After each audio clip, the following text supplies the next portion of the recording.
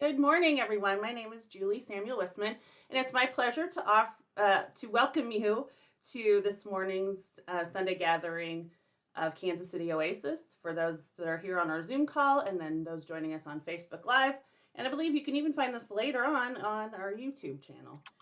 We feel here at Kansas City Oasis that the human experience is better when it's shared. We're so pleased that you have decided to take some time this morning to share that with us, to hear a little bit about people's journeys through life, to listen to some good music, and hopefully get this week off to a good start. We're a secular humanist community, and we gather around our 5 values, pardon me, which are people are more important than beliefs, meaning comes from making a difference, human hands solve human problems, reality is known through reason, and be accepting and be accepted. We have a great lineup this morning. Pitching in for us as our musical guest is our musical director, JJ Cantrell. So we're so grateful that they were able to step in at the last minute like they will do for us, so we appreciate that. Our community moment will be from our very own Brittany Rhodes, and our featured speaker is Baul. The title of their discussion will be Phone Power Pep Talk. Easy for me to say, 3 P's in a row. Without any further ado, though, we're going to go ahead and turn it over to JJ. Morning, everybody. All right. Yep, didn't prepare anything today, but David Krampus requested that I do an original, so I'm going to do one of those, and it's in my usual style. I'm going to do one that I haven't prepared that's really hard, but I might not start with that one because I haven't warmed up or anything, so y'all get what you get, and I love you.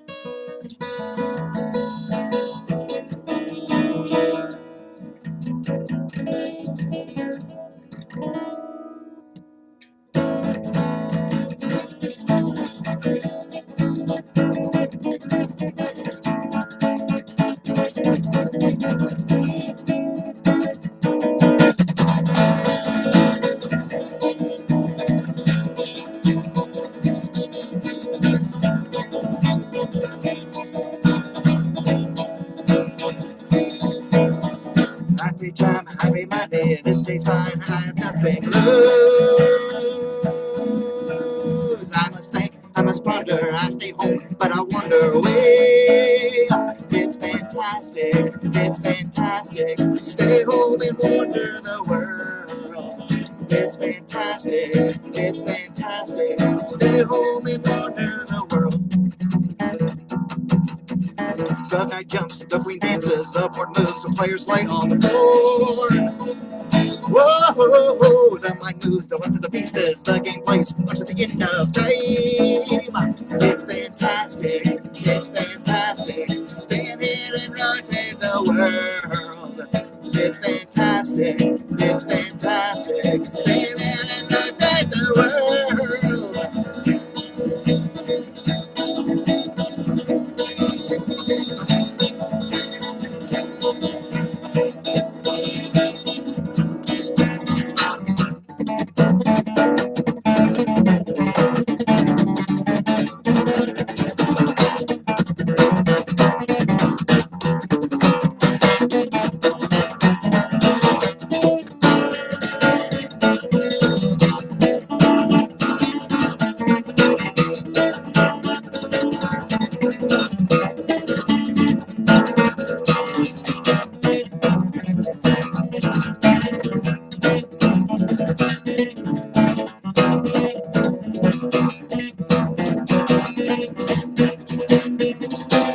Concentration is difficult to bear. Just lay back, relax, soar through the air. Quit feeling guilty for wanting to take yourself there.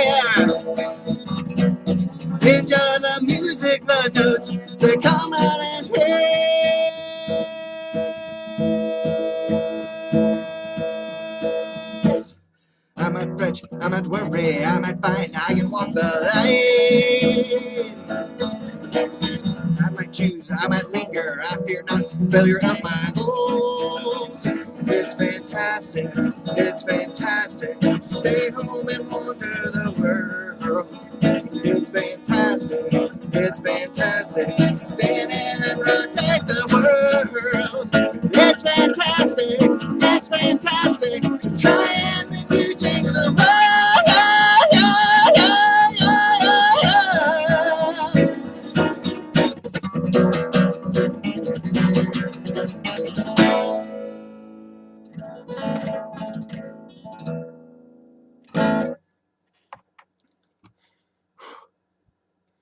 Alright, does that still sound okay? Give me a thumbs up if it's passable. Alright. I don't know. Oh my gosh, I broke something. Alright, more. Where is my chat window?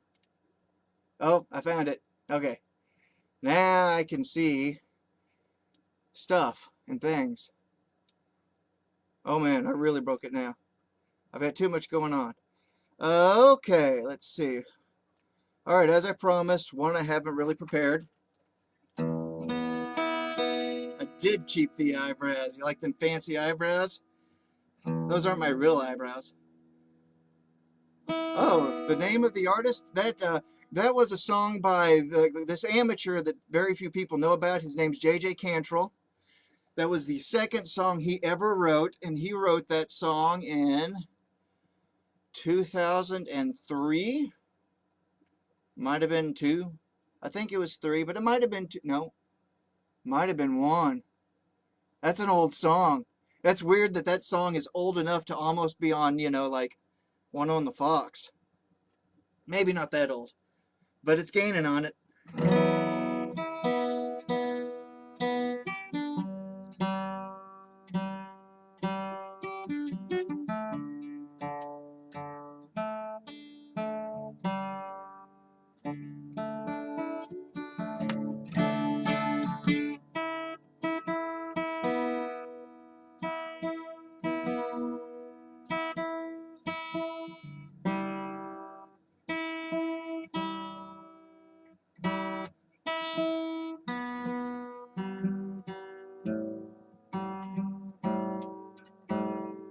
Sorry for the delay.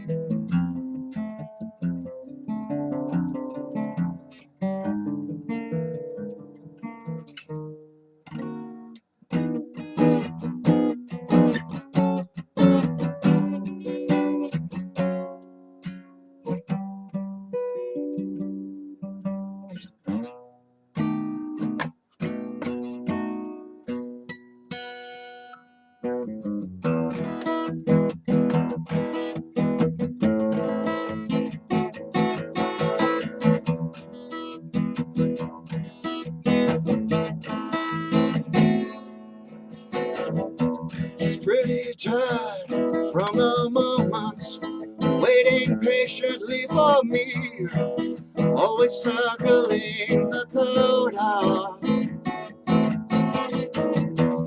Mostly bored with wood and dirty, more the run down the bones, more the mind she makes up with. While the world and I just tarry. It could be true that I'm not fair. All together now, all the king's horses drag me down. But all the man in me lets to lift up my eyes.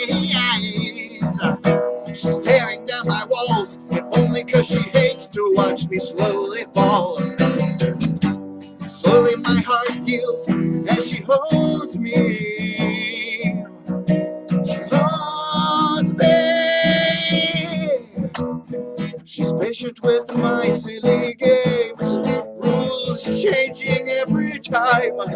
A new paradigm defines me. I'm like a ship without its rudder. I've no sense to steer my will. It's a pain to have to feel things now, while the world and I just tarry. Could be true that I'm not fair. All together now, all the king's horses drag me down. But all the man in me led to left of my eyes. Tearing down my walls, if only 'cause she hates to watch me slowly fall. Slowly my heart heals as she holds me. She holds me. She's giving me another smile. I'm glad she's given me this while. It's not at all that I'm not grateful. It's also new to me right now. This group of goals and souls we go, melt, go down here. The world and I just tarry. It could be true that I'm not ready. All together now, all together now. Yeah!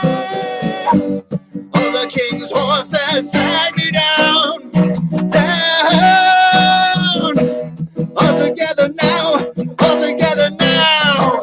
Yeah! All the king's horses drag me down, down. All together now, all the king's horses drag me down. But all the men hit me led to left of my eyes. She's tearing down my walls, if only because she hates to watch me slowly fall. Slowly my heart heals as she holds me. She holds me. She's pretty laying on her side, holding a lamp to her heart, letting me dream like a lion. It's a little time, a little hope, a little while to wait and see. A little freedom from just trying.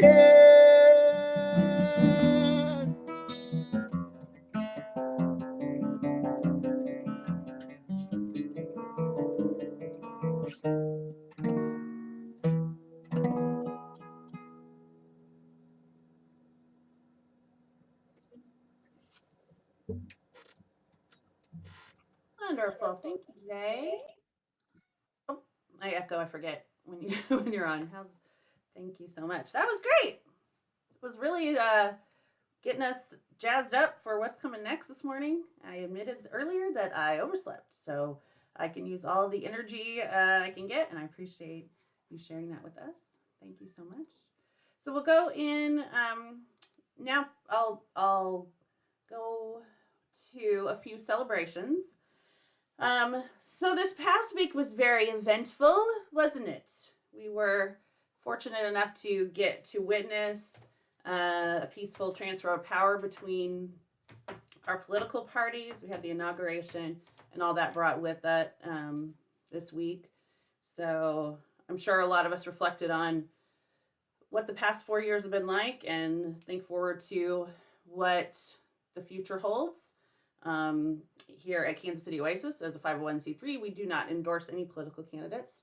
But as citizens of the United States, we're always encouraged when we see things happening in our country that are in line with our values. So it's just something to think about and something that we unlikely most of us celebrated this past week. It we had a great program last week. It was all musicians, but we left out some of our celebrations. So I just want to give a shout out to Stephanie Stanton. Her birthday was this past week. Coming up this week, well, today actually a friend of Oasis who has moved away, Janet Cable. It's her birthday today. And then coming up on Friday is Kelsey Reed's birthday. So we might send them a little Facebook love today. And with that, we'll go into our community moment. For those of you that are new with us today, a community moment is just one member of our community sharing a piece of their journey. Sometimes it's funny, sometimes it's serious or thought provoking, but in any case, it gives us a little bit of insight into you as a person so we can get to know you better. This week, sharing with us is Brittany Rhodes. The 3 words that they offered to describe themselves: coffee, puns, and naps, which I am looking forward to all 3 of those happening today. And if they had a warning label, it would be warning, anything could happen or not. And with that, let's turn our attention to Brittany, who I'm trying to find so we can get you on screen here. There we go. Good morning. Oh, hi everybody. I am going to give you a warning that I have a almost 7-year-old and almost 5-year-old running around in the background, and I have taken over their Barbie playroom for this today. So should you hear any fun and frivolity, I apologize. I know that's not what we do at Oasis, is have fun and encourage children to be part of our community. See, that's a joke because we do. Hi, I am so glad to see you all virtually. I miss you all so much. And I'm like scrolling through all your photos. So hi, everybody. I am here in a unofficial capacity, representing my work in an official capacity, which is a food pantry coordinator for Jewish Family Services. I was going to present in a couple weeks, but Mark asked me to step in and I said, sure, I can talk a lot. And so here I am now. I'm going to share my screen with you, show you a presentation that I gave recently about access to food as a basic human right. I tried to pick something that was, non-controversial, hopefully. But it's interesting how much conversation has come about from this conversation. And I want you to know that I made this presentation before I knew I was going to present at Oasis. So the banana is a throwback for all of you back in the day, because being a banana is one of my favorite things to be at Oasis. And I look forward to being with you bunches of crazy bananas in the future. So access to food as a basic human right is the main point of the conversation. I'm going to maybe see if my buttons will work. Maybe something. Oh, no, I broke it. I hit the wrong button. What did I do? Okay, there we go. So here's my official notice. Views expressed are not made on behalf of any organization in any capacity. I am not here officially as anything, and my evidence is me as a banana, that I'm from Kansas City, Missouri, and I'm a militant kindness activist. That's what I'm here representing right now.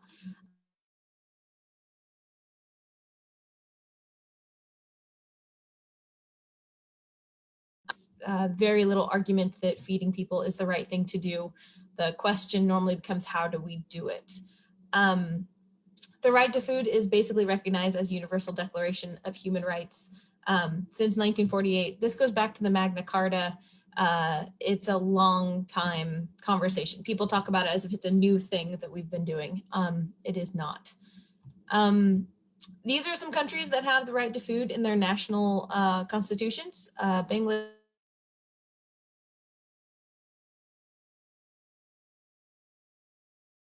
not a constitutional lawyer. I don't know if we have any in the audience, but it's not part of our constitution. And some would argue that it should be. Let's see. So the last most recent conversation that we had internationally was in 2017 from the US, saying that the US basically can't enforce the obligation of feeding people. So yeah, domestically, yeah, we pursue policies that promote access to food, but we can't make you do it, basically. So while we agree,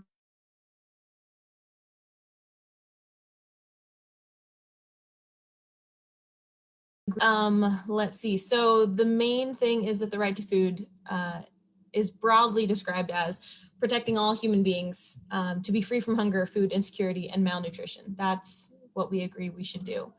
But it's not mandated. The government is not required to give us food.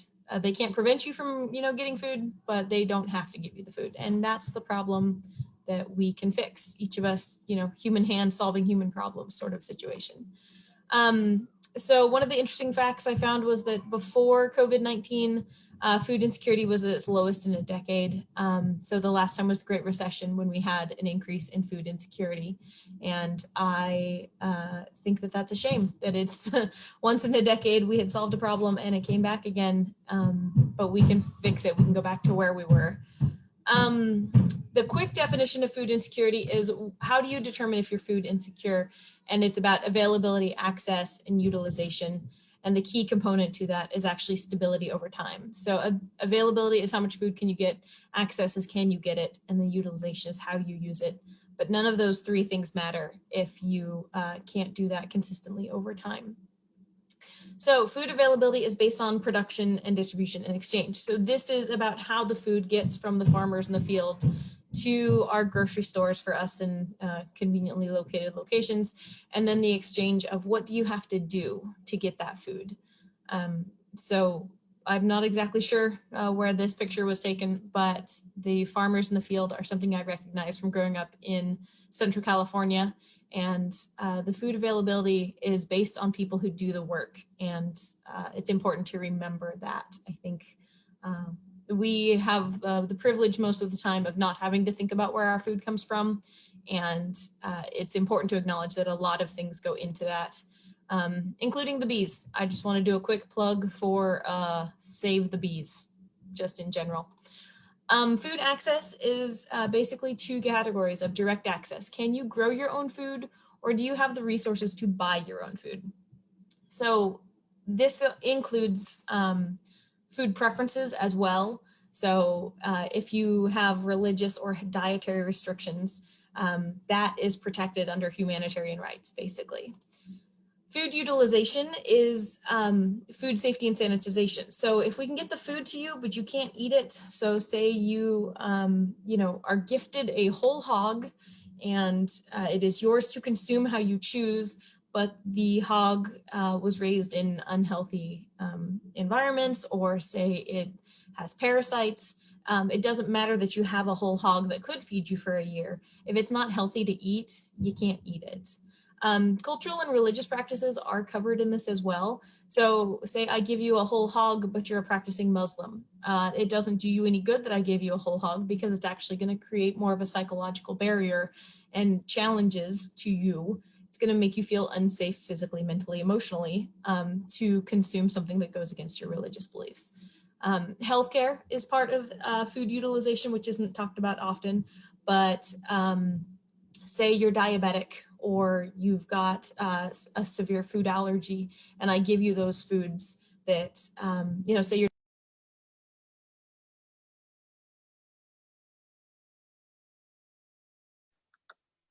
Whoa, did we lose Brittany?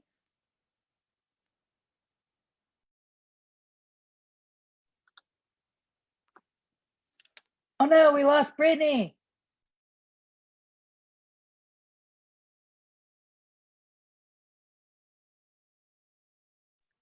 Kids probably ran into the room and just unplugged the whole system. Yeah, it looked like her connection was struggling there a little bit. So we'll give her just a couple more minutes to see if she can get back with us. If she can't, though, we should totally reschedule because this stuff's interesting. Yeah, it is. I thought Well, that last slide in particular. Let's see.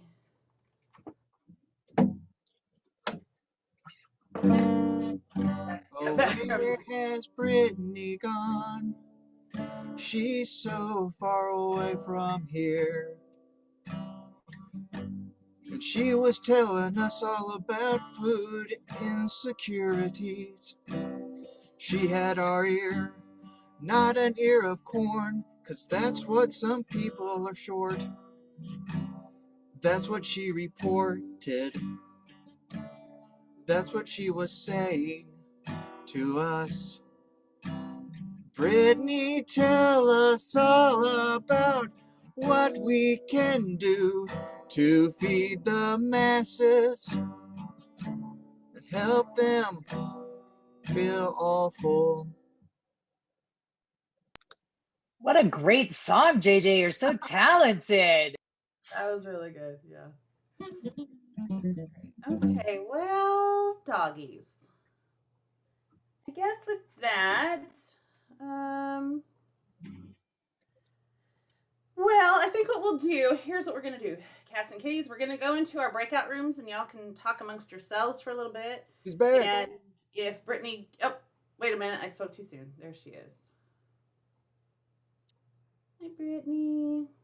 Hi. Hi, Ada. Joy of technology. Gotta love that. Yeah. Yeah, I won't go back into the presentation, but food access, it's important.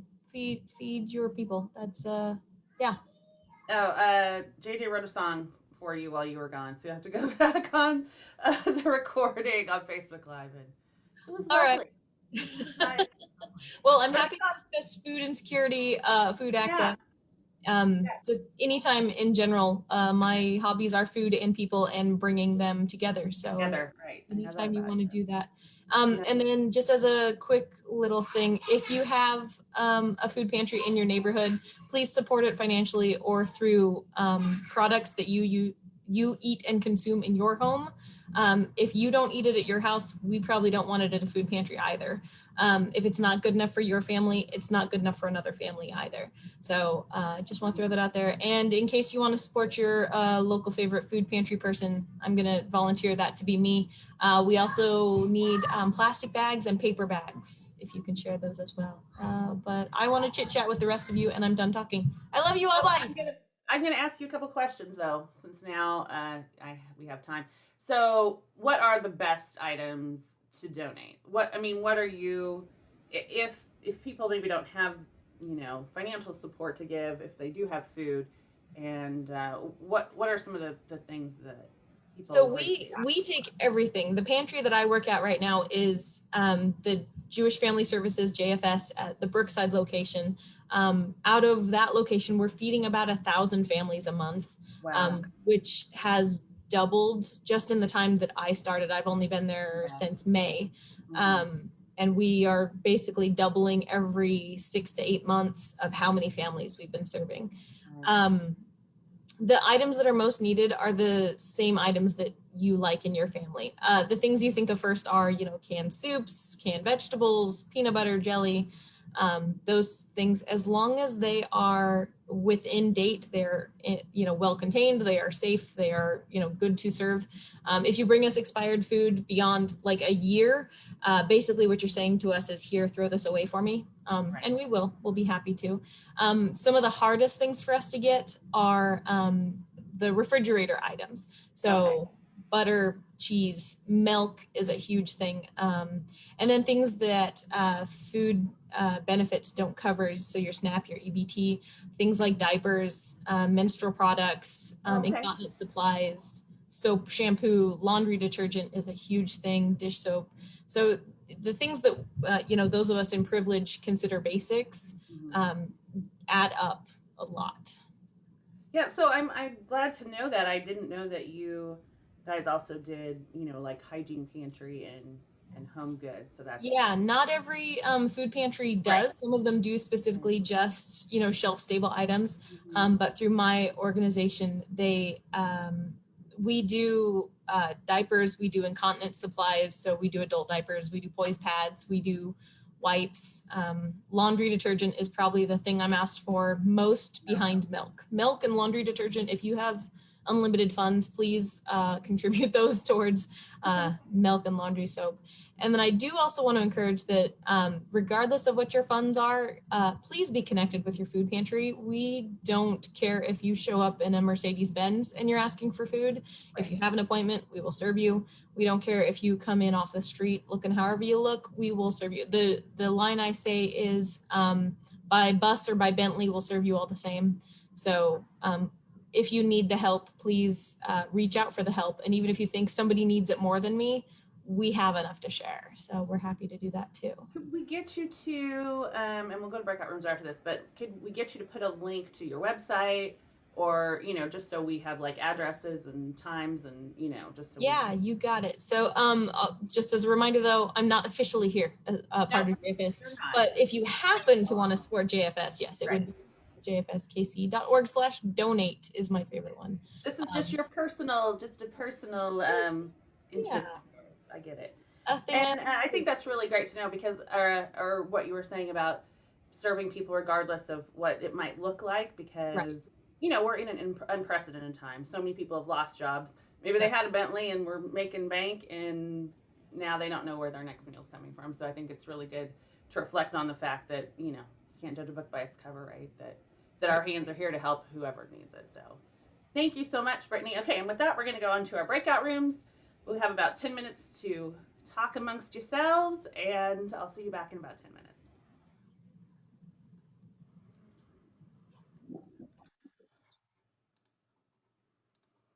Hi, baby. Breakout room 4.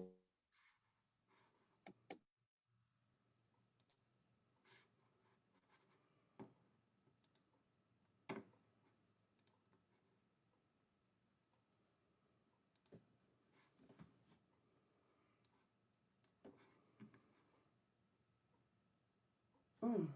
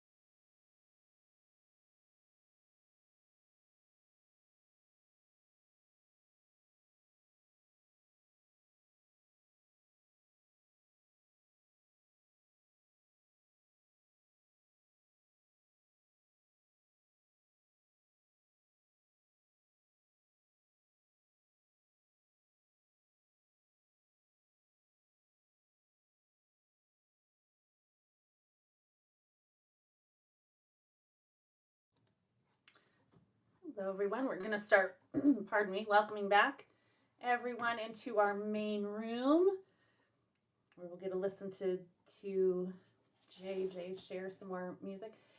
I'm going to ask you a question, Jay, if you don't mind. Oh, it might be tricky with our echo. All right, what are you asking me? Oh, I was going to. I just thought it was interesting, after our musical program last week. I want to know what some of your earliest musical influences are. Mine? Yeah. Man, like I grew up listening to 101 The Fox. Is that me or is that somebody else? Oh, okay. And then my parents listened to a lot of Pink Floyd, so I listened to a lot of Pink Floyd. And then in high school, or I started playing banjo, and then I started listening to Bela Fleck because of that, which made me stop listening to bluegrass and get into weird music. And at the same time, this guy that went to the same church I did, who was friends of the family, introduced me to Primus. So he gave me Tales from the Punch Bowl, and I've probably listened to Tales from the Punch Bowl start to finish. I wouldn't be surprised if it was 200 to 500 times. I have listened to that album hundreds of times, and that's not hyperbole. And then, so I got into Primus, and then I was into Bela Fleck, and then I got into Fish, and Fish changed my life. I listened to all the Fish and lots of live Fish, and so then I started a jam band in college, and that's kind of like my background, like the real short of it. Yeah, Val knows. So I listened to Selling the Seas of Cheese a lot. I bought that on a high school band trip. I Oh, had gosh. like $20 for lunch. So I ended up getting like $1 milk, and there was like a CD store next door to the fast food place we pulled the bus over to. So I went over to the CD store because I had my Walkman with me, and I was like, oh, I'm going to see if there's any Primus. And they had Selling the Seas of Cheese, and I bought that. And then I listened to that like 100 times starting on that band trip. I've listened to a lot of Primus. Okay. Message received. Well, thanks for sharing that with us. You're I think that's a question I'm going to ask all of our musicians when it's my turn to host, because you get such an interesting, you can hear such an interesting musical journey. Like, no two people the same, of course. So thank you, Jay. I missed what was the question, Julie? What is Jay? What would Jay say are their earliest musical influences? Oh yeah, very good question. I heard the answer, just didn't hear the question. All All right, right. how about you, my friend? Okay, I'm going to try to do. Oh, I'm going to hope everybody's muted. I'm turning off the echo thingy. All right. I'm going to try to do a Dave Matthews song, and you've heard me do it before, but as I said, I didn't prepare anything, so I was like, oh, this will be fun. So here you go. Yeah.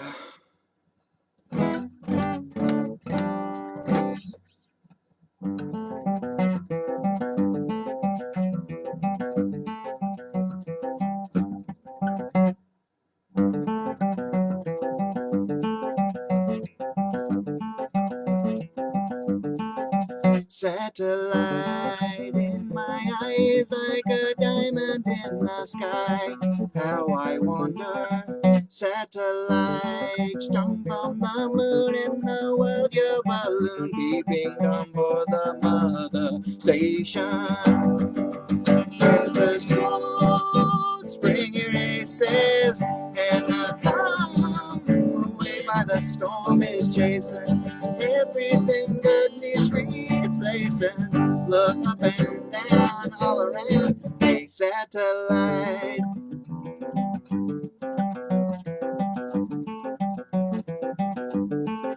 Satellite headlines read someone's secrets you've seen. Eyes and ears have been. Satellite dish in my yard. Tell me more, tell me more. Who's the king of your satellite castle?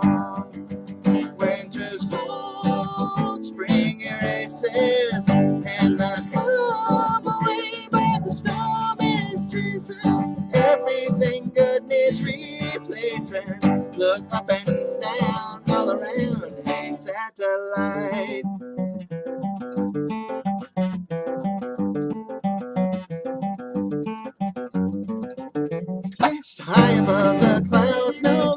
restrictions. Television, we bounce around the world. And while I spend these hours, 5 senses reeling, I laugh about this weatherman's satellite eyes.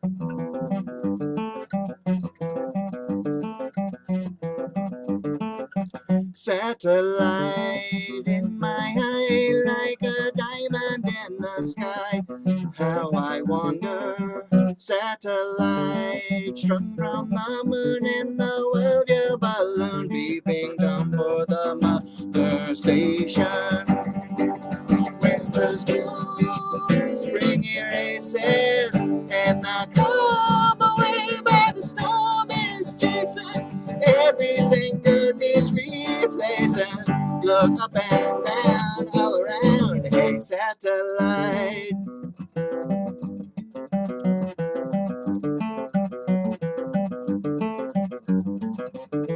Rest high above the clouds, no restrictions. Television, we bounce round the world. And while I spend these hours, 5 senses really, I laugh about this weatherman satellite eyes.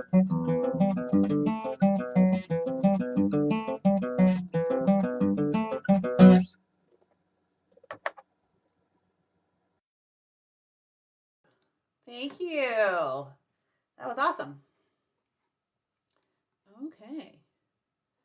So we'll look forward to hearing from Jay one more time before our program is over this morning. And again, I just wanted to reiterate how much we appreciate having Jay as part of our community and our musical director, and his delighting us with music whenever we're in a bind. So that is just such a gift that we have to have you as part of our community, Jay. And I just want to thank you again. Okay, and so with that, I will go into our introduction of our featured speaker. I'm gonna read her introduction that they so kindly gave us. I liked that she put in a little hint on name pronunciation. Her name rhymes with foul ball, because sometimes she's out of line, which I like. A pun. Brittany should appreciate that. She says that she's dedicated to dismantling white supremacy, smashing the patriarchy, combating Christian hegemony, and destroying our retributive justice system in order to replace it with restorative justice. She has a history of hosting her own community radio show, clowning around the world as a humanitarian clown, and the reputation of Kansas City's best designated driver with the KC Strip and Bus to Show. With her bachelor's degree in political science and Spanish, she became a Kansas Supreme Court approved mediator, and her business, Best Case Scenario, taught people how to find the best, even out of the worst, with mediation and multiple presentations. Her educational opportunities include the myths of conflict, violence prevention in the current political climate, which resembles a high conflict divorce, and how alternative conflict resolution could be used to heal the divided America we see today. In her day job, she is a public servant for the state of Kansas as a driver's license examiner coordinator in the mission office.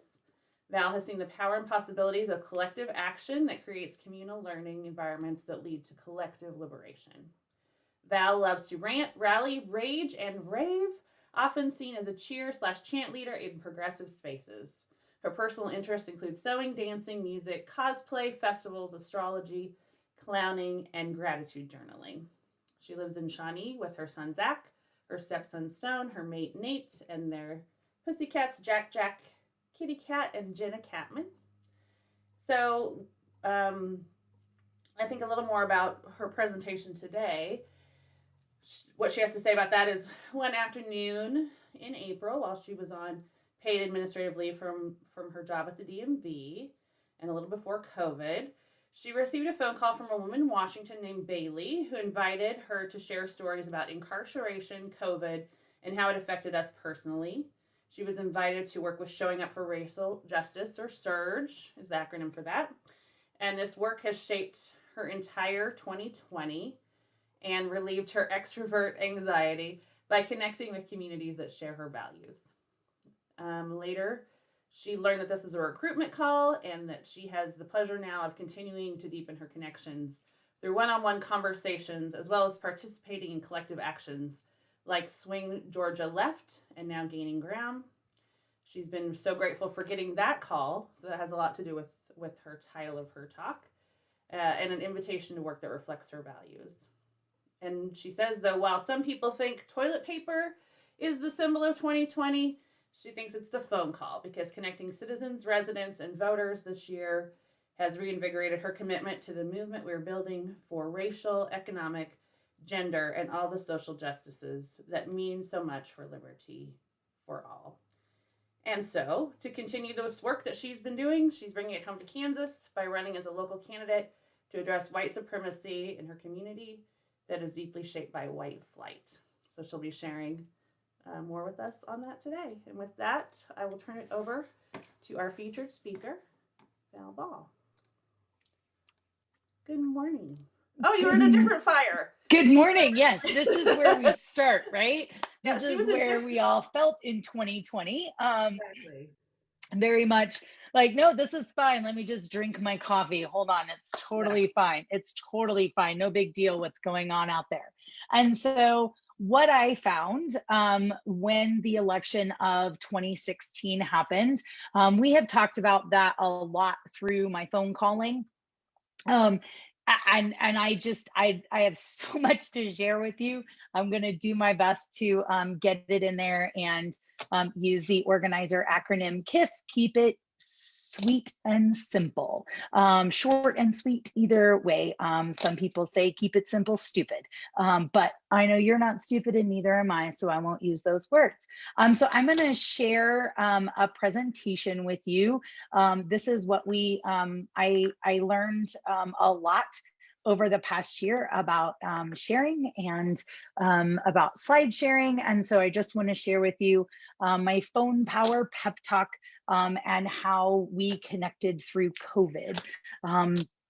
So give me 1 second. I just want to move that over here because I forgot to do that. And so, yeah, basically, I got that call back in April from Bailey, and I loved it. I loved talking to someone else who was into decarceration. I found out this year that I am officially a prison abolitionist. I believe that all prisons should be abolished. I don't think that they're important. They don't help. And so through that decarceration phone bank, I spent Tuesdays and Thursdays calling around the country to invite people into the work of asking them to call their appointed officials to ask for decarceration. And the first thing that we did was connect with an organization called Justice LA. And they are doing a lot of really good work in LA. They have just passed a bunch of things to combat a jail. They did a lot of work. And so I got to be on text banks with them, and I got to be on phone banks with Surge. And so that has really, really blown me away with the work that they're doing and the work that Surge is doing. And so basically I got involved and started doing these recruitment phone calls to connect people. And it was amazing for me. Like I said, I'm an extrovert. I have a public facing job because I know that I recharge around people. JJ knows me from my times as a radio show DJ on Vibes with Val on KKFI. And then I also took that into Bus to Show and was a designated driver for live concerts for a few years.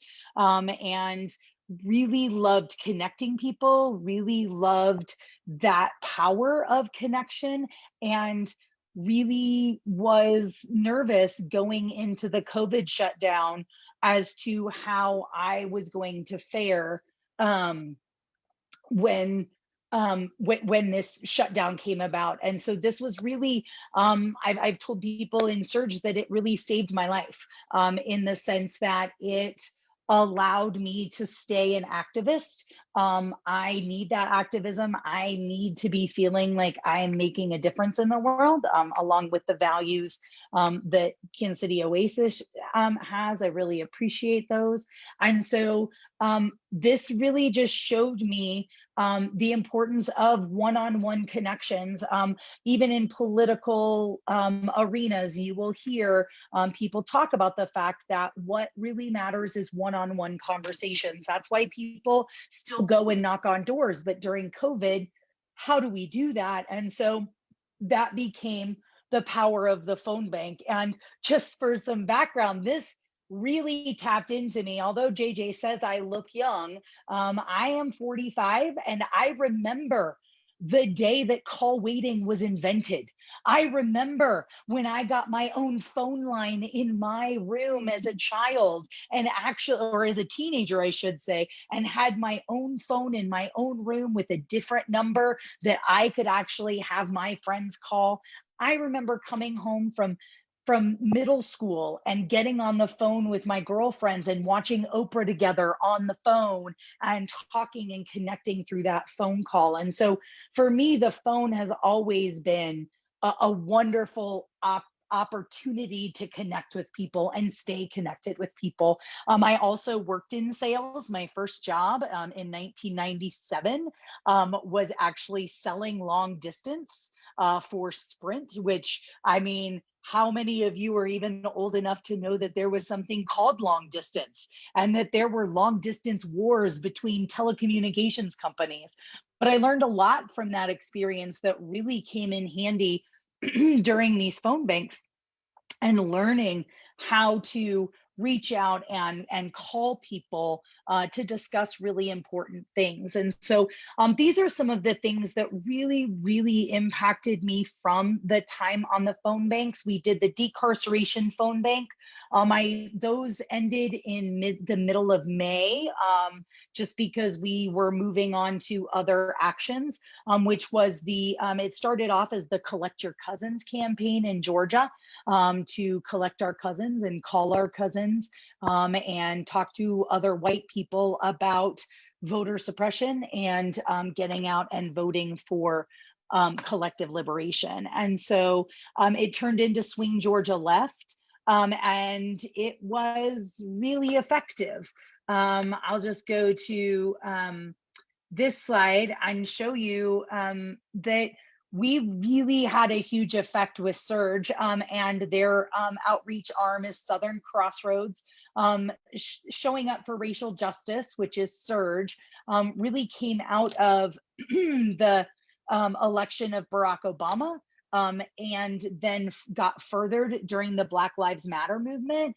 Some people talk about the idea that when white folks saw what was happening in Ferguson with Michael Brown back in 2014, and the Black Lives Matter movement started, a lot of white people came into the organizations, and Black Lives Matter was like, look, hey, this is our organization, and we don't need white people to come in and take over our organization. We need you to have your own organization to organize white people and bring them into this work in your own organization. And so that's where Surge came about.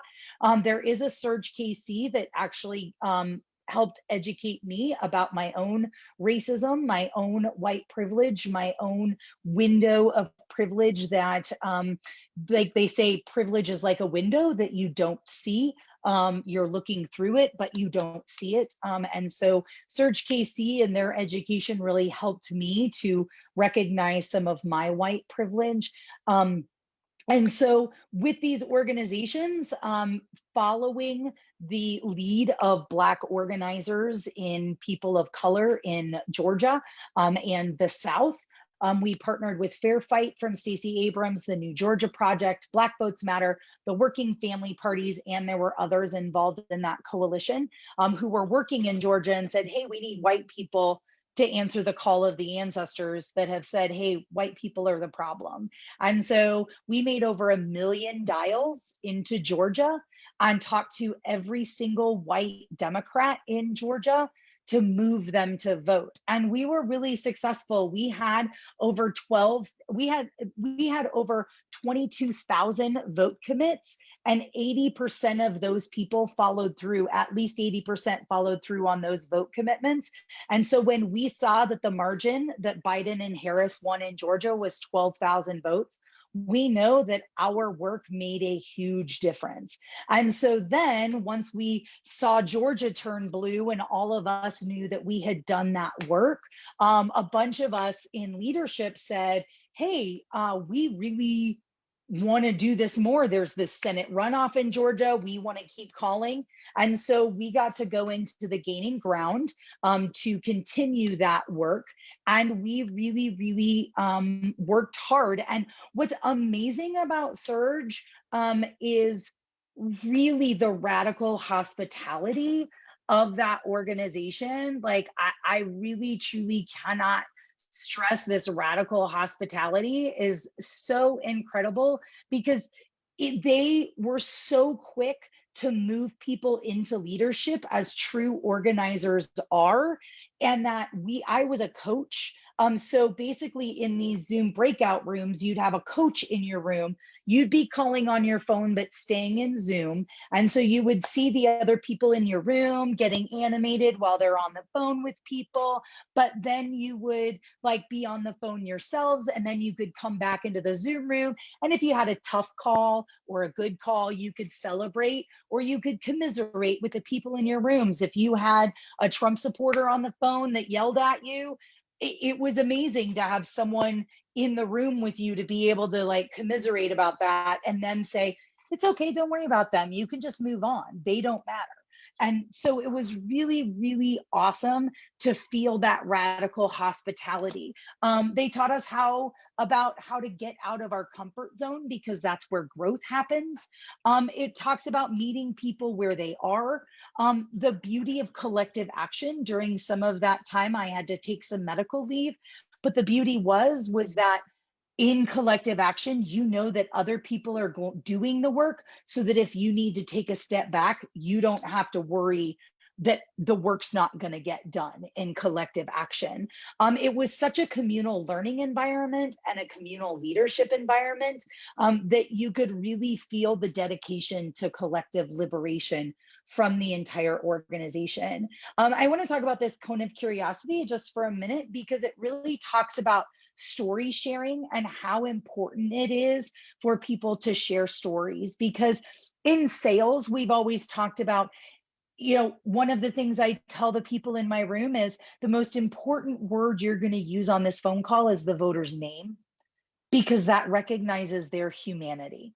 And this is, also goes back to the values of Kansas City Oasis in the sense of human hands fix human problems. And so it's really connecting with those other humans that is going to make a difference politically.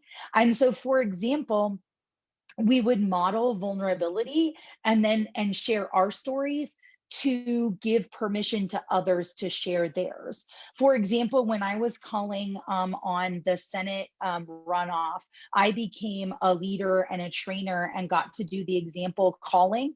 And so I got to develop my story about why the Senate runoff matters to me. Even though this election is in Georgia, this matters to me in Kansas, because I, as an advocate for the legalization of marijuana, really care about the Senate runoffs, because I had to be a single mom raising a baby all by myself because my husband was in prison for an empty pot pipe. I had to work 7 days a week at 2 different jobs in order to pay not only for our family, but also send money to him in prison. And so to me, gaining control of the Senate matters, because it can fix those problems that I'm not the only one having that. I'm not alone in that. I know there are other families that have been extremely negatively impacted by our racist war on drugs. And so then I would invite the voter to say, and so what motivates you to vote? And even if they said, well, I don't vote, I think, voting doesn't matter. You can lean into that and say things like, well, did you know, I really have the opinion that even convincing you your vote doesn't matter is a form of voter suppression. And if your vote didn't matter, they wouldn't be trying so hard to suppress it. And really connect with those voters with where they are. So this cone of curiosity, if they say, oh, I don't think my vote matters, so I don't plan on voting, you can say, well, why do you feel that way? What is it about voting that you don't think anything changes? Or what change would you like to see in the world? Or whatever curiosity you have about where that person is coming from. And so it's really, really important to dig down into that. And part of that is that you're going to reach their emotional core. You're going to understand their values, and then you can tap into that to get them to be moved. People want to work on their values. People want to do work that reflects their values. That's one of the reasons that all of you come here to Kansas City Oasis, is because you want to be with people and do things that reflect your values.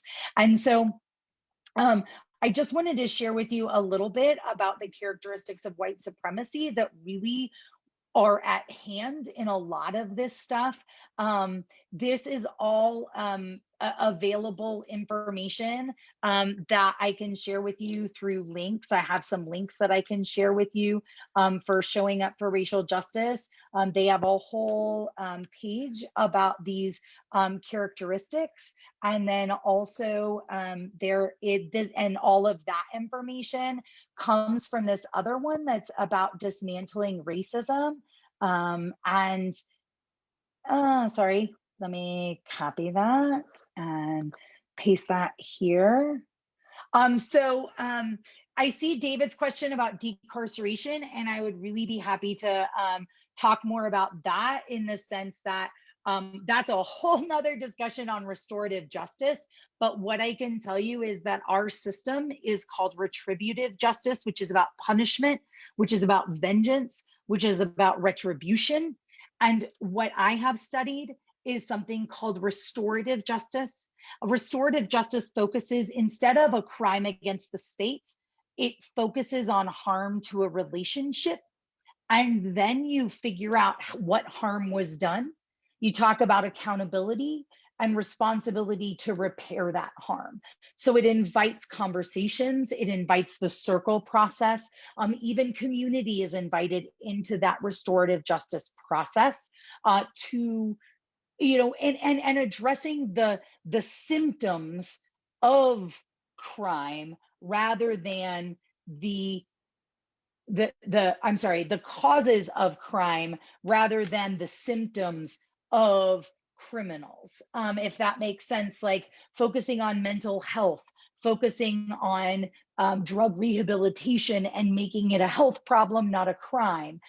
Talking about finding ways to satisfy people's needs, because the reason that someone stole a loaf of bread is because they're hungry, kind of going back to Brittany's food is a human right.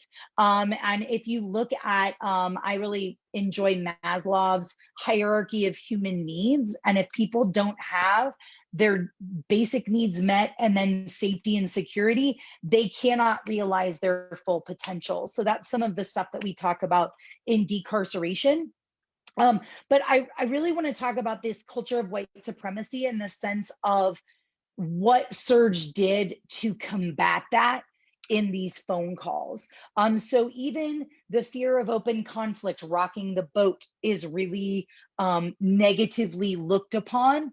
Quantity over quality. One of the things in these phone calls was people would see us on the phone for 20, 30 minutes and be like, oh my gosh, like what a long phone call. And we would celebrate that, because we're not here to make sure that you reach 50 voters. We don't have a quota. If you've reached one voter, that's enough.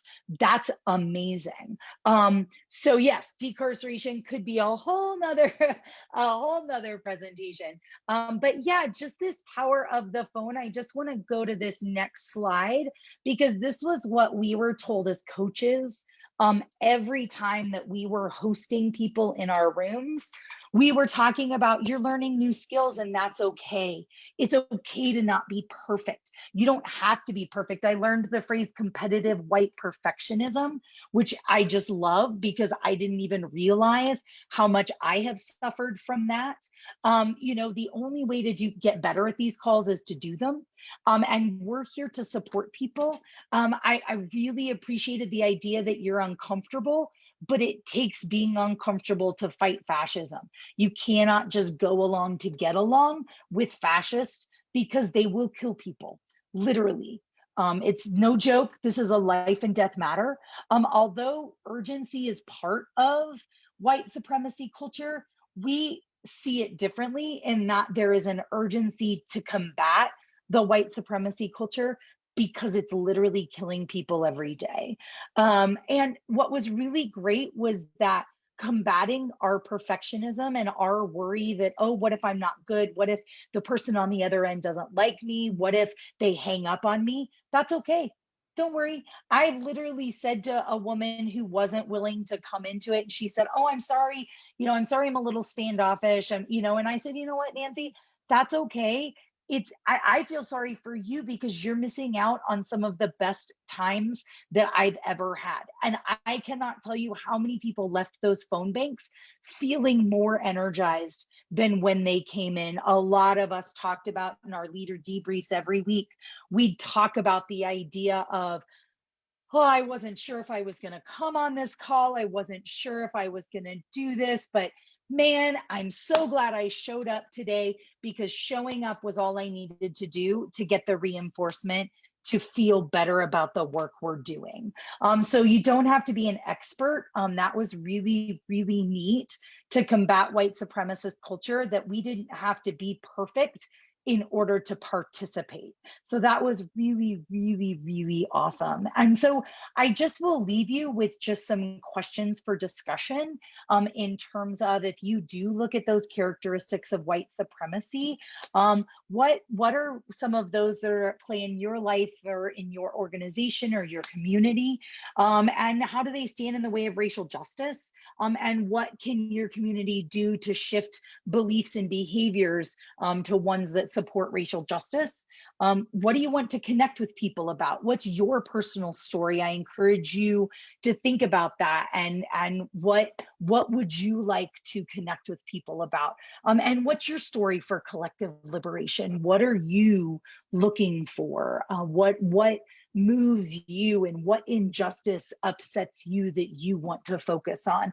And then what work do you do that reflects your values? And if you're looking for work that reflects your values and you want to participate, Surge is definitely taking a long needed break because we did so much work, but there are definitely opportunities to connect. And I found that these amazing words are like magic. And it basically is, can you join us? We have phone banks and we're going to connect with voters. Can you join us? So with that, I will pass it back and open it to discussion and questions if you have any for me. Oh, wait, one thing before I open it up. This is the one thing I wanted to share with you, is that this was my fabulous pep talk for my callers, is that I would tell them, hey, just so you know, phone banking is like a roller coaster. Sometimes it's going to go up, sometimes it's going to go down. It's going to be a ride that takes you all around. Just hold on tight. You're going to find chills, you're going to find thrills, but I promise you, you're going to want to come back for more. So thank you so much for the opportunity to share with you. Great.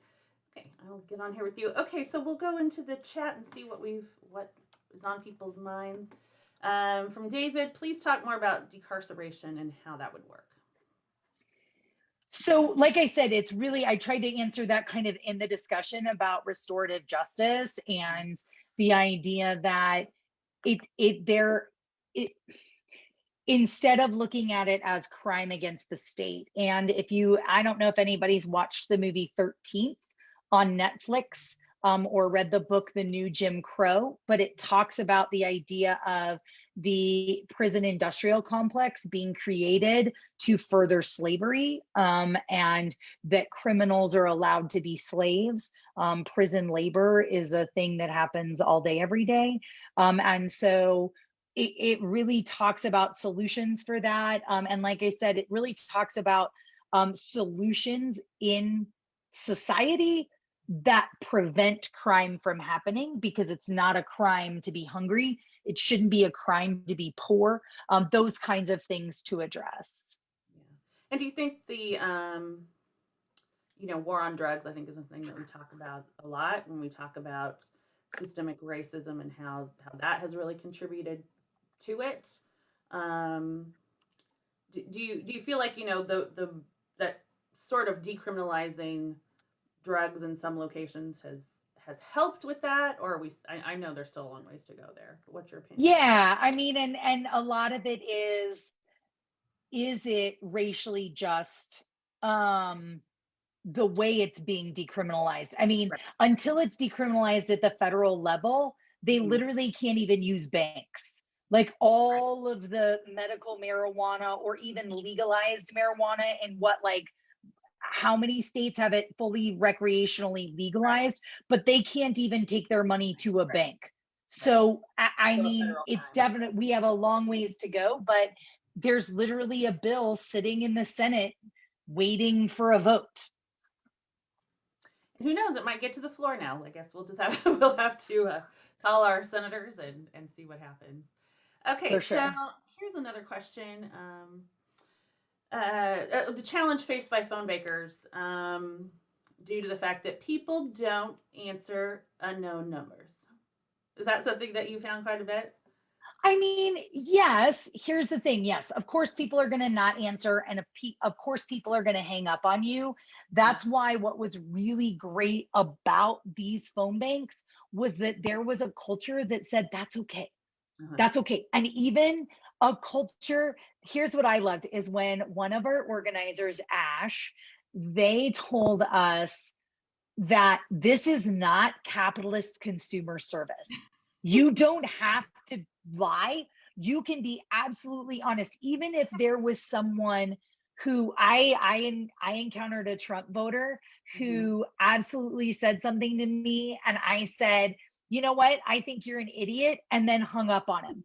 And you know what? That was okay. I mean, granted, I would prefer not to say that, but sometimes that's what needs to happen, and you're not going to get in trouble for that. In terms of unknown numbers, what was really nice is we were on a dialer. So Uh, when things, I mean, until we got a beep and someone picking up, uh, we didn't actually. And so that's a struggle when you're in regular phone banks and yeah. dialing from your number. Mhm. But what was really helpful was getting onto that dialer Nice. allowed us to reach more people. Yeah, I wondered about that. Yeah, because we don't use these to actually take phone calls on anymore. I mean, they do, it's about everything. Right. Well, that's not true. I'm a big phone person, but I grew up in the 80s, so there you go. Yeah, But yeah, exactly. it's, okay, now we've got a little more questions around restorative justice and some thoughts related to that. What do we do with violent offenders as we transition to a restorative justice about the worst, people committing the worst of crimes? I'm assuming like, rape, murder, Right. So kidnapping. I have some there's a lot of things around that. And this can be a whole discussion within itself, a whole nother presentation. But what I will say I want to give three things. One, I can tell you that from research, every one of the offenders on death row was a victim of attempted murder when they were under 5 years old, or extreme childhood abuse. So people do what they learn. I'll give another example. There was, and this is from the Midwest Innocence Project. If anyone's ever looked into the Midwest Innocence Project. They've spoken with us Oh, before. awesome. So we're aware of them. They're great. Yeah, and so she, Trisha, who is the head of that, yeah, she's amazing. I heard her speak, and she told the story. I don't know if she told you all the story about the gentleman who was like chained up to a bathtub for a bunch of his childhood, and then he perpetuated that on an older elderly woman when he was an adult. And basically, it's the failure of our system to protect children because they learn this behavior somewhere. And I have a whole master's presentation on violence in the media, and its limitations on allowing our children to learn options and alternatives to violence to resolve conflict. So I have a whole 76 page paper on that. Let's see if maybe the best thing is we're not out of time, but we're getting close. Maybe the best thing to do, we'll chat with Nikki and see if we can get you back to focus on some other topics for us. We'd love to have a series where you can and just back to that phone call about unknown numbers. What was nice, I mean, since the days of caller ID, people definitely don't answer unknown numbers. I, however, am a ringing phone must be answered. Why would I wait for a voicemail to have to deal with it later when I could just deal with it now and figure out what they want? So I go in with that mentality. I didn't even realize one of the gals that I was coaching on some of our last phone banks, I used the line, go in expecting a yes. Expect a yes. And if they have a no, like, be surprised by that and curious about why wouldn't you want to talk to me? And if you go in with that attitude, if they don't want to talk to you, it doesn't hurt you, it only hurts them. And so that kind of mentality really helps get through some of that. Yeah, I like that. Like, explain. I don't understand. Can you explain to me why you would not want to do that? I like that. Yeah. I think that probably kind of catches people off guard. Like, oh, yeah, I'm not sure. Yeah. I'm not sure why. Yeah, and and just the like throwing in personal stories or personal aspects it literally, I literally had a guy the last day of our phone banks. I called a guy and it was amazing. He's like, he was leaving work on his way to his polling station, and I didn't let him off the phone. I was going to talk to him the whole way to make sure he made it to that polling station. Like, I was walking along with him. And literally the guy says, I'm like asking him questions, like, trying to dig in. And he goes, like, how did COVID affect you and your family? How has that been for you? What's the last year been like? What was the last election? Where were you doing on the last election? This is what it was like for me. How did that feel for you? Those kinds of questions were really groundbreaking, because people were like, this guy literally goes, oh, you sound like someone who has time for a story, so I'll tell you one. And it was like, I couldn't have scripted it better. And this guy told me about how he had moved to Georgia he had quit his job at McDonald's, having worked 15 years as a department head for McDonald's, and he was unhappy. And in 2019, he quit his job, got moved to Georgia to work for Delta. 3 months in, COVID hit. They started laying off. He was last in, first out. He got a second job. That company was a foreign company, lost faith in the American response to COVID, shut down all their systems. He was once again last in, first out. Wow. Then luckily he was unfortunately he was unemployed for the longest time he'd ever been employed, 3 to 4 months. And then a family friend happened to say, hey, I think you can do this, offered him a job in sales, and he's been there ever since and is happier than he's ever been. And he and I connected on the idea of unplanned plans, or some of the best plans we've ever had. And he actually, one of my favorite things is that he said, oh yeah, and since then I've kind of dabbled in my creation, in my creative spaces. Wow. And I finished writing a book. And I said, wow, well, tell me about that book. What's it about? And it's about space and science fiction. And I said, well, I got time coming up tomorrow. Do you want someone to like read your book and give you feedback? And he was like, yeah, actually my wife and I talk about serendipity all the time and synchronicity, and Yeah, I haven't ever had anyone outside my circle read my book. And so I would love that. And so that's the kind of connections that were possible on these phone calls that you never even realized unless you actually got curious and dug below the surface. And so, as we say in conflict circles, you can find common ground with anyone if you just dig deep enough. Yeah, I agree. You and I sound like kindred spirits. I feel like every, my concept of the world at large is everyone is just a friend I haven't met yet. And I describe Absolutely. myself a lot of times as having a golden lab or a yellow lab personality. Like, are you my friend? I think you're my friend. Hey. Yeah, I am absolutely that kind of gal. I love it. I For love sure. it. It's nice to For meet sure. another one because yeah, I'm sort of a extreme extrovert like you described yourself. So, oh, Rob wants to know, was the book any good? You know what, Rob, I'm going to be honest. The first sentence was so garbled that it was hard to Oh, even get through it. So I haven't figured out how to say that yet. yeah, Um, but I'm still going to try again. yeah. I'm A still going to try again. creative outlet can be encouraged without it being necessarily. Yeah. We being talk that- about instead of criticism, it's just feedback. I'm Yeah. just giving you feedback. It's not criticism, it's just feedback. It's just my opinion. Take it for what you will. Go back to Take that. it or leave it. Can you explain to me what you were going for here? Oh, I Right. love it. Right. Well, thank you so much, Val, for joining us. It was so great to meet you and get to share this time with you this morning. And hopefully we will cross paths again.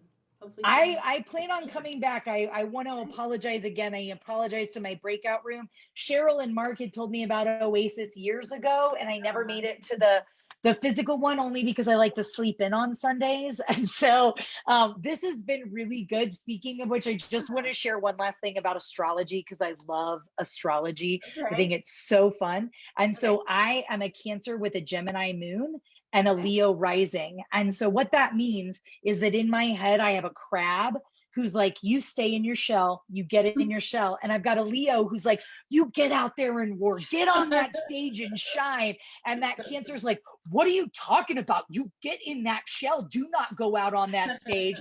And so what I have found through these Zoom rooms is how perfect they are for me is because my Cancer is like, I'm at home, I'm safe, I'm secure, I don't have any concerns. You do whatever you want, Leo. You want to shine in that Zoom room, shine on, you crazy diamond. Oh, I love that. Yeah, I'm a Virgo with a Leo older brother, so I still learn by example, even though that's not mine. All right. Well, thank you so much, Val, and we hope to see you again just whenever. I'll be And back. Stop by any Sunday to you can always chat with us in the breakout rooms too. So, thank you so much. Okay. So with that, we will talk a little bit more about Oasis. So as I mentioned earlier, Oasis is a 501c3 nonprofit that's entirely volunteer staffed and donation funded. Our program today is just part of our currently virtual informational, educational, and motivational speakers that are offered as part of our Sunday gathering. If you appreciate what you've seen and heard, please consider making a donation. And you can go to our website, kcoasis, all one word, .org, and click on donate at the top of the homepage. And with that, I will turn it back over to JJ. Hello. How's it going? All right. So I'll do another original because, I showed up and they're easier to do when I haven't prepared anything. And this will be another, this is for you, David, because I love you.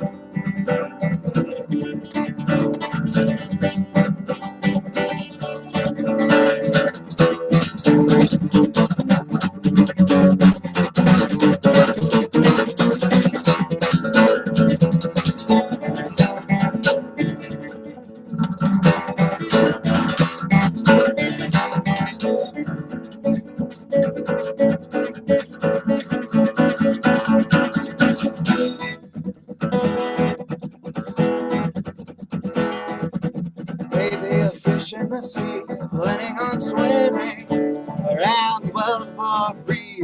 Maybe a ninth in its place, sitting there resting, waiting to jump to the chase, looking around, wasting time waiting for their fair share, staying on the ground. No one's going up because nobody cares. Maybe it's fair.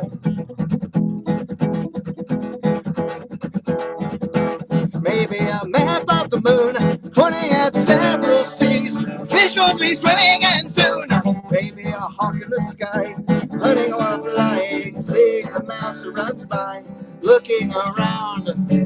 Everyone's stalking something that isn't there, raising up the ground, and no one can find it because it's apparently rare. Maybe it's fair.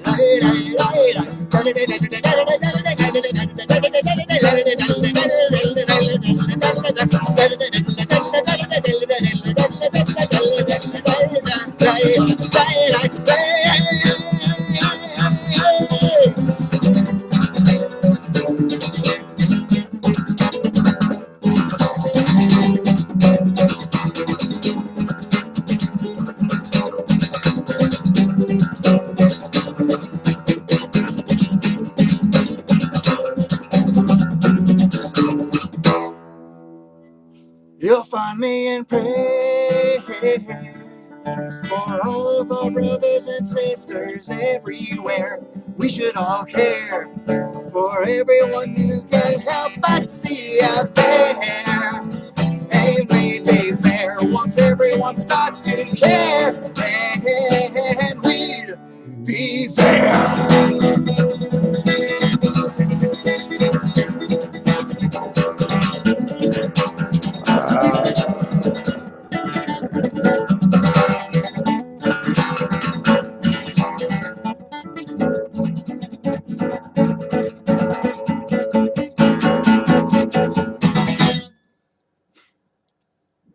Wow, beautiful, All right. beautiful. Mike. So nice. Wow. Fantastic. Wow. So nice. Thanks.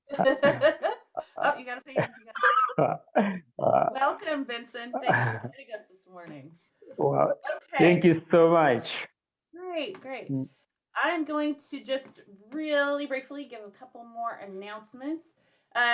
Just a reminder, we talked about community moments, how it's a time for you to share something about yourself, for us to get to know you better. You can reach out to Mark Dixon on Facebook Messenger if you have something you'd like to share. He's booking into February and March if you're interested in participating in that way. Also, we're doing a supply drive of cold weather items for the most part for our partner Micah Ministries up in Northeast Kansas City. So you can go to our private page. There is an Amazon wish list that Sally Minden has helped curate, and you can take a look there and see if there's anything that you are able to donate, and that would be great. And so with that, just all is left for me to do is to thank our presenters, JJ for pitching in for us, Brittany for her community moment, and Val, our guest speaker. So with that, and with looking outside and at my weather app, do what you can to stay warm this week and stay well and keep in touch with your community. Reach out to any one of us anytime you could use a lift, and maybe reach out via Facebook to someone you haven't talked to in a while, and just do what you can to stay connected. And with that, I'd like to thank you for joining us, and we will see you next week. Thank you, Julie. Thank you, Julie. What an awesome day.